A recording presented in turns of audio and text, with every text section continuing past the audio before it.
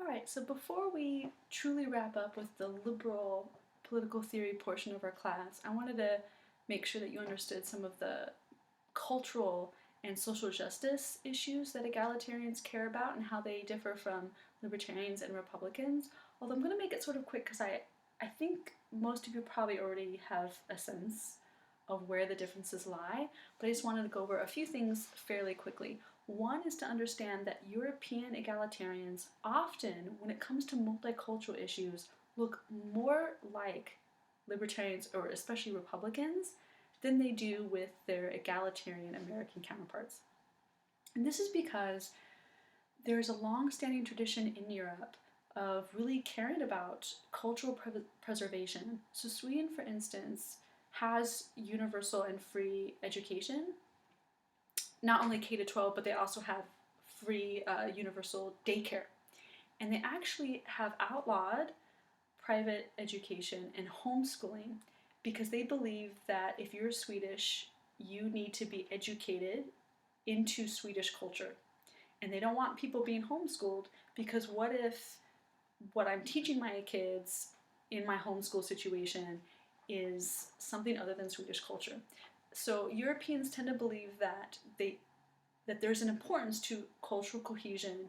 They want to promote this historical white way of thinking about the world culturally. And so a lot of their laws, even as egalitarians or what we would call liberals, left-wingers, tend to mimic more Republican values. So France, I feel like, is an easy target here because if you know sort of the colonial history of the oppression of North Africa, for instance, by the French, Algiers in particular, you know that there is a history of racism against Arab and North African ways of living in African and Arab culture. And so the French government has actually tried to pass laws against Muslim women wearing the hijab, which is just a head covering. So it's not the burqa, although the French government hates that as well and wanted to outlaw that and force Muslim women who wear the burqa to take it off for ID purposes, like so your state ID. So they really hate the burqa, but they also just hate the hijab. And they believe that in public schools, what they wanted to do is make the hijab illegal to wear in public schools. And so you think, wow, okay, so France is basically, it's more egalitarian than certainly America is, and they have all this welfare stuff, but then culturally, they're pretty conservative in a lot of ways. And certainly not to say that all French people liked this law and wanted to promote it, or that all Swedish people believe in this idea that sort of traditional historical Swedish culture should be preserved and that immigrants should assimilate, but it's a much stronger theme than what you're going to see when it comes to American liberalism, little left-wing liberalism, egalitarianism. So it's just something interesting, I think, to understand. So if you're Republican, you might not think you have a lot in common with egalitarians, but you do culturally when it comes to Europe. And I don't mean to say it's always racist. So I think some of what France is doing is a little like, whoa, hey, hold up.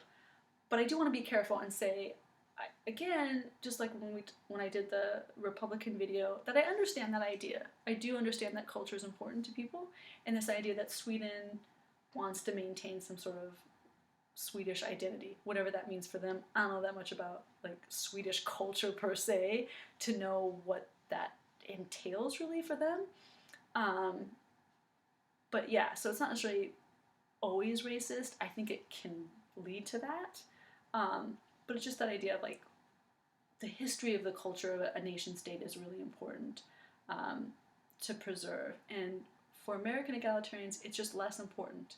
And I think it's also because of the history of America versus the history of Europe, where Europe has a longer standing tradition of things being more or less the same for a really long time, for hundreds of years. And so recent influxes of immigration in Europe has led to greater right-wing, what we would call alt-right wing politics, or even outright racist politics, because I think Europe just doesn't know how to handle it as well as America. Even though America has trouble handling it, I think being a nation of immigrants just from the very outset has prepared us a little bit, versus I think Europe really struggling with this idea of, will non-European immigration negatively impact our culture? I think a great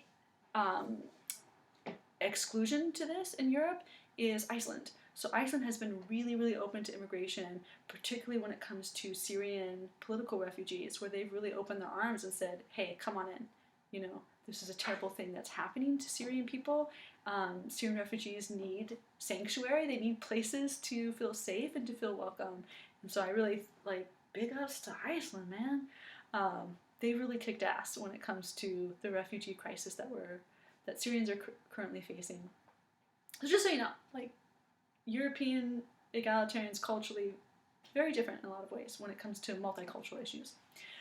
Of course, if you think about issues such as affirmative action was born from the left wing, from egalitarians, and so their argument for why it's okay to have affirmative action is that it doesn't really impact private property that much, because if you have a small business, the government is not gonna look over your shoulder and be like, dude, did you hire a Mexican if you're white? You should, because you gotta be racially diverse, you gotta have one of everybody. That's not how it is.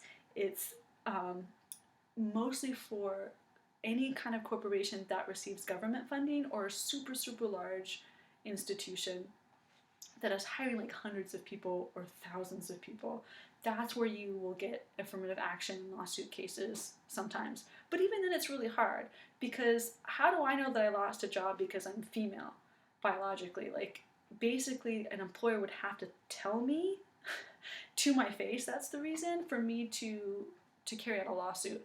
So I think sometimes conservatives are really afraid that, if not because they're racist or anything, but they just hired their friends and their friends happen to be white, that somehow affirmative action is going to force them to hire certain people, or throw them in jail or something because their workforce is not diverse enough. And that's not true. So you don't really have much to worry about, even if you are discriminating on purpose, because it's almost impossible unless you could get someone and you can record them saying, yeah, I didn't hire so-and-so because they have a disability and I hate that or whatever. So it's not a big deal in terms of lawsuits and stuff like that. So affirmative action is only large scale, and in terms of education, you can actually discriminate, and affirmative action doesn't apply to you if you are a university that does not receive federal funds. So the anti-discrimination stuff legally only applies to schools that receive federal funding. And so even though DePaul is technically a private institution, it does receive federal funding, and therefore we do have to follow affirmative action and anti-discrimination stuff when it comes to hiring practices and admissions practices. Another thing to understand is that affirmative action it's not legal to have quotas. So you can't say, no matter what, 20% of jobs or admissions have to be, filled by this certain minority. That's illegal. So affirmative action is only really about, at least on paper, I know, right, weird things can happen with affirmative action. I'm not saying it's perfect or that it's always followed legally. But on paper, it's this idea that if you have, a pool of candidates and they're all really strong and they all meet the requirements, if there are some minority candidates in that mix, that you might sort of favor those candidates. And it's not necessarily completely unfair. You have to understand that the history of the United States historically has been affirmative action for whites, right? That white privilege is affirmative action for white people. So it's not like things were just equal and fair until affirmative action came along and unfairly, favored minority groups. Nope. So just by virtue of being white, there's a lot of things that white people get without asking for it. It just happens because there is a lot of white supremacy in our society, institutionally as well as culturally. Think about also in terms of wealth. So if I'm from a wealthy family, I'm going to have more connections for like jobs and for schools. And so that's also kind of affirmative action for the wealthy. So if that's allowable, right, nepotism basically, who you know, and the people in power, right, middle class and upper class people have far more network connections in terms of like jobs and job opportunities and educational opportunities than people in lower income families and households. So that's perfectly legal in capitalism, and libertarians and Republicans never talk shit about that. So why is that okay? But when people who struggle financially or through some sort of minority oppression, when they say, look, like we should also get sort of a little bit of assistance, that's suddenly like unfair and undemocratic. Here's another thing about admissions, college admissions in particular. There's something called legacy admissions, which basically means if your parents or a family member donated to that university a lot of money, or you know your parents went there, then you get a leg up and you can go there as well. Like George Bush Jr., by the way, he was like a C average student and he went to an Ivy League school. Why? Because his father was an alum of that school. So again, there's this idea that conservatives and libertarians are like, oh, like affirmative action's like unfair. But the legacy, that doesn't seem very fair, right? Just because you're rich and you have connections that you get to go to be admitted, even when you don't always even meet the basic requirements for that school. Come on. Why are we arguing for one as being bad but not the other? So there's a little bit of double speak there, says the egalitarian. Like, come on. So again, affirmative action for egalitarians, like it's not that big a deal. And we have to acknowledge that our society in itself, like culturally and institutionally, continues to be racist, sexist, homophobic, and a lot of other things. And unless we have some sort of programming in place that addresses those issues, those things are not going to be solved just by like individuals trying not to be. And one of the reasons why that is because a lot of racism, sexism, homophobism, etc., occurs non-consciously. So in terms of like hiring practices, you don't have to be like overtly racist to be racist in your practices. So there's a lot of studies that show that this is true. Where you'll have a black versus white candidate. They have been scripted to say the same things, to have the same CV, to dress the same. But in a racist society, if a black person, for instance, seems really confident, that cannot be a good thing. It could be like that person's, you know, they're bragging about all the good things that they did. Or if a black person is confident verbally, that could be like, oh, they're really aggressive. But if a white candidate does the exact same behavior, it's considered as a form of confidence, you know, and oh, they're just proud of their accomplishments, and they're really assertive, but in like a good way, not aggressive. And this also goes with gender. When women act like men culturally, that is considered a strike against them, or if men act like men culturally, that's a positive thing.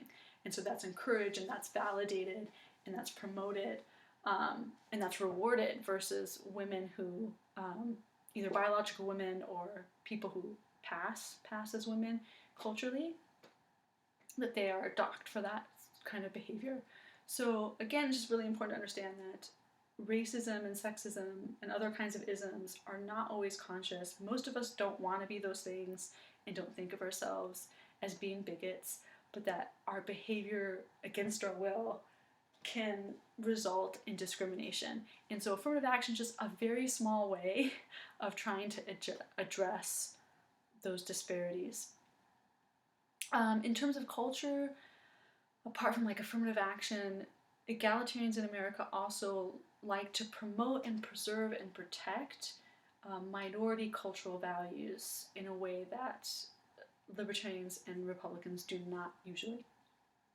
And that means that if you live in a predominantly Latinx community, that you would have Spanish programs or Spanish classes offered in a public school, to make sure not just that it's not like egalitarians don't want language minorities to learn English. It's just this idea that if you go to kindergarten and you have to like learn your ABCs and stuff, but you don't understand what the teacher is saying, that's going to be a problem. That, of course, eventually, yes, you want to be bilingual or trilingual or whatever and learn English, but on the way there, that you are supported educationally in whatever native language that you speak, so that it makes it easier at the outset to get a good education.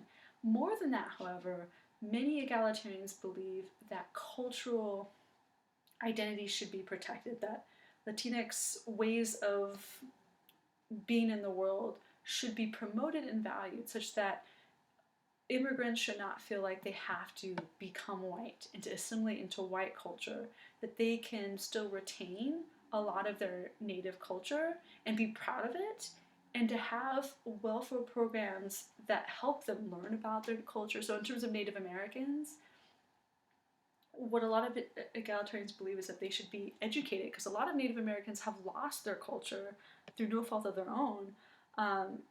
And so egalitarians say, well, we need federal funding or state funding that promotes native languages, that promotes native history and understanding your history and your culture and your cultural practices, to sort of make up for the forced loss of that culture, and to make sure that people who are not white, but they are American, feel like they can be equally American without having to assimilate culturally. And that America in general, at least the American government, values diversity and difference. And so you would, as an egalitarian, perhaps promote those things and say, yes, we should have federal funding that promotes cultural diversity and the protection of different cultures. So again, it's not that libertarians or Republicans necessarily say you have to assimilate 100% or we're going to like force you to assimilate. It's more that they just aren't going to privilege any minority value. They're just going to say, do whatever you want on your own time, but we're not going to use state funding to try to help you preserve whatever cultural values you want to preserve. That's it. Lastly, in terms of like free speech, there's a concept called fair speech that egalitarians sometimes like. Now, egalitarians are very different. It's harder to say in general what egalitarians believe in terms of multiculturalism or social justice, because there's a much wider range of beliefs in egalitarianism versus libertarianism or republicanism. So just know that I'm just saying stuff like in general, or it's possible, but there could be a lot of egalitarians, especially when it comes to free speech, that don't believe in fair speech, especially in Europe. Most Europeans, unless it's genocidal speech, so Europe is sensitive to that kind of stuff, but apart from that, Europe tends to be pretty free speech. And you can be an American egalitarian and also just say, look, I personally detest hate speech, but I have to allow it because it's that slippery slope of, if we say these people can't speak freely, then who's to say that these, that I one day cannot be allowed to speak freely. But there is this thing called fair speech, and fair speech is the idea that free speech only favors the people already in power. So white people, men, rich people, heterosexuals, etc., etc. And so fair speech is just a way to say, look, it is unequal, right? That speech is not free and fair for everybody, and that we need to really think about that overtly and put maybe certain cultural systems in place to ameliorate that deficit or that difference in true freedom and equality of speech. Because one thing is class, right? If I have the money to speak, to pay for a television show or whatever, like obviously I actually have more power than to influence society, right? Fox News has more power, the people who own Fox News, right, to say what they want to say from their particular perspective. If I'm poor, I can't create, even if I'm conservative, I can't talk about my personal views on conservatism as much as a rich conservative can do. And so there's the idea that speech in a capitalist society is often mediated by economics, and so there's a class disparity in terms of who gets to speak and who is heard in the society. And then of course there are race and gender issues as well when it comes to who can speak, who's allowed to speak, and who is listened to, who is given the chance or the space to speak. And so fair speech is just trying to say, like, let's address this. The vast majority of egalitarians do not want to outlaw hate speech or to outlaw, like, throw people in jail because you had some sort of insensitive joke on your Twitter. That's not on the table right now. So what people want to do, I think at the most, there are some egalitarians that want to outlaw, like, the KKK from existing, but most egalitarians won't even go that far. It's more like egalitarians want to change our culture and want to put cultural pressure on people to be more politically correct. And so when somebody does perform jokes and comedy that is racially insensitive or insensitive to gender or is transphobic, that the culture is going to backlash and say, you know, you suck. We're not going to go to your shows. We're going to try to blacklist you culturally or whatever. But that's not a legal thing, right? It's just saying that I'm going to not use my money to go to that person. I'm going to influence my friends and my community not to do it either. And that's perfectly legal even under free speech laws, right? A libertarian is not going to say that somehow shouldn't be allowed. So it's just this idea of, like, liberals want to change the culture in terms of what is socially acceptable, what is culturally acceptable, what are the things that we should say in public, and what are the things that maybe we shouldn't say because they are truly harmful. And it's not just this idea of, like, oh, people are snowflakes. It's deeper than that, because hate speech or insensitive speech does affect people in real ways. And so the biggest argument that egalitarians have against the snowflake thing is this idea that we have psychological scientific evidence that the words people say do have a deleterious psychological emotional effect on people. So bullying, for instance, even if you're not physically bullying somebody, if you're telling them you're stupid, you're dumb, and that or you're using racial slurs or saying, you know, to a trans person, you're horrible, this is gross, this is crazy, you don't deserve to exist, that's going to affect you. It's impossible to not have those things affect you, and psychological research empirically backs that up. So when conservatives and libertarians say it's not that big a deal, just don't listen to them, if that's in my public arena, if that's in my culture, in my schools, in my place of work, and I'm hearing that, I can't blot out the world 100%. I can't just live in my house 100%. I have to go out into the world. And if that world is racist, sexist, homophobic, transphobic, etc., that is going to negatively affect me. And I'm going to have a worse way of life than somebody who isn't part of a minority group. And they don't have to daily experience people talking negatively about certain aspects of their identity. That I live a less free life as a biological female that passes as female in my society because of sexism being an institutional problem in this society. And that's not fair, that's not free, and that's not just. So it's not just a snowflake thing of, like, just get over it, because psychological research proves that it's impossible to just get over negative speech when you hear on a daily basis, and you're hearing it from people that you have to sort of deal with on a daily basis. And so we have to take that psychological empirical evidence into account and understand that harm is not just physical harm, it's not just economic harm, that there is something called emotional and psychological harm. And when you harm someone psychologically, that really affects them on all levels. It can affect their ability to work, right? It can affect, again, just their everyday lives in terms of feeling comfortable in their society, in their community. And egalitarians take that kind of harm seriously, and they recognize it as a real harm in the way that I think sometimes libertarians and Republicans don't, at least on the books. I think that you can be a libertarian and say, no, I do accept that it's a psychological harm. You would just say, as a libertarian, I don't know how the law or the government is going to change that. So a libertarian can say, I agree with an egalitarian that these kinds of things, you know, insensitive speech is terrible and it hurts people.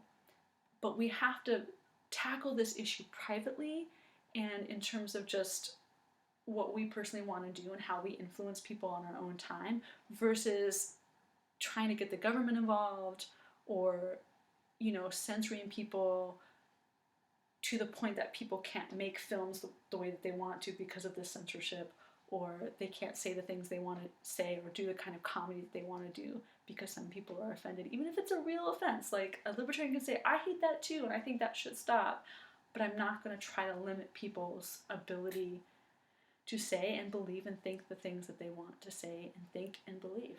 So those are the main differences between egalitarians and Republicans and libertarians. There's, of course, so much more to say, but we don't have all the time in the world, so I just wanted to hit some of the sort of highlights. And if you have any more questions or comments about multicultural issues in egalitarianism or libertarianism or republicanism, just email me, and I'm happy to give you more information and allow you to discuss it in your papers more if you would like. All right, so we are done, actually, with liberalism as a whole. We're always going to talk about it in our class, but we're actually going to move on to something radically different, and it's called anarchic phenomenological communitarianism. And it is actually the thing that I believe in and that I support. I am not a liberal. In fact, I think that all forms of liberalism are a form of evil in the world. I know it's a strong word to use, but I do believe that. I don't believe that liberals are evil, that the people who believe in liberalism are evil, because liberals just believe that what they believe in is right, and I totally respect that. But I think the outcomes of liberal theory is damaging for us all in a really deep way, and so I'm going to get down and dirty and talk about the potential downfalls to liberal theory. So hold on to your hats, because shit's going to get really crazy in this class from now on. You'll see. I'm going to say some wackadoo things, and either you're going to like it or you're not, but either way, hopefully you will gain a broader perspective on the possibilities of politics and ethics in our society. So stay tuned.